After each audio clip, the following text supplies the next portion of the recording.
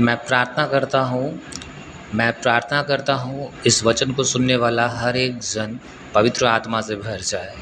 हर एक व्यक्ति जो आज इस वचन को सुन रहा है, परमेश्वर उसके दुखों को दूर करे, परमेश्वर उसके परेशानियों को दूर करे और पवित्र आत्मा उसकी अगुवाई करे। आप सभी जो इस प्रार्थना को सुन रहे हैं, जो इस वचन को सुन रहे हैं, परमेश्वर आपके वचन को आपके जीवन में महिमा दिलाए। परमेश्वर का आत्मा आपके बच्चों में, आपके परिवार में, आपके पत्नी में हर प्रकार की बाधाओं और जो समस्याएं, पारिवारिक समस्याएं हैं, बिजनेस में समस्याएं हैं, आज मैं प्रार्थना करता हूं कि जैसे ही आप सभी इस वचन को सुन रहे हैं, इस प्रार्थना को सुन रहे हैं, परमेश्वर आपके दुखों का अंत करेगा और एक नई शुरुआत आपकी ज़िंदगी में आएगी।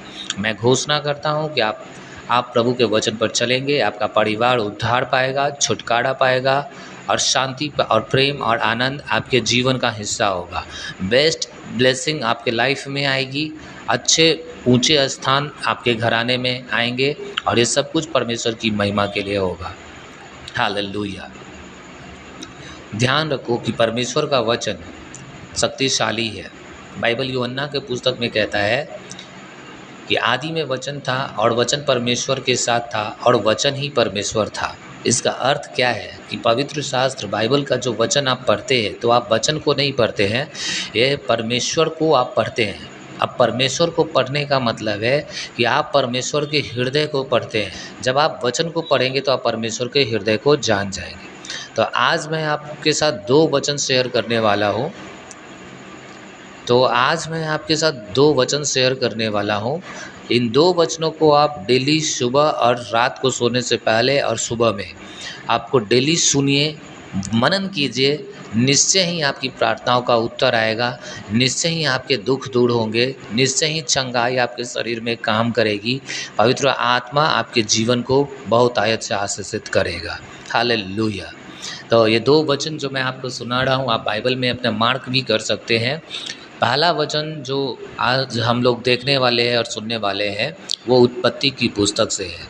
तो आप मेरे साथ निकाल सकते हैं उत्पत्ति का पुस्तक अध्याय 12। हालेलुया। उत्पत्ति अध्याय 12 और वचन 2। परमेश्वर ने यहाँ पर अब्राहम से बात किया और कहा, और मैं तुझसे एक बड़ी जाति बनाऊंगा और तुझे आशीष दूंगा और तेरा नाम महान करूंगा और तू आशीष का मूल होगा। हालेलुया। इसे पढ़ेंगे उत्पत्ति अध्याय 12 और वचन 2। और मैं तुझसे एक बड़ी जाति बनाऊंगा और तुझे आशीष दूंगा और तेरा नाम महान करूंगा और तू आशीष का मूल होगा। जो तुझे आशीर्वाद दें उन्हें मैं आशीष दूंगा और जो तुझे कोसे उन्हें मैं श्राप दूंगा और भूमंडल के सारे कुल तेरे द्वारा आशीष पाएंगे। आमीन। आइए हम दूसरा वचन की ओर चलते हैं, जो कि है दूसरा कुरिन्थियों 5वां अध्याय।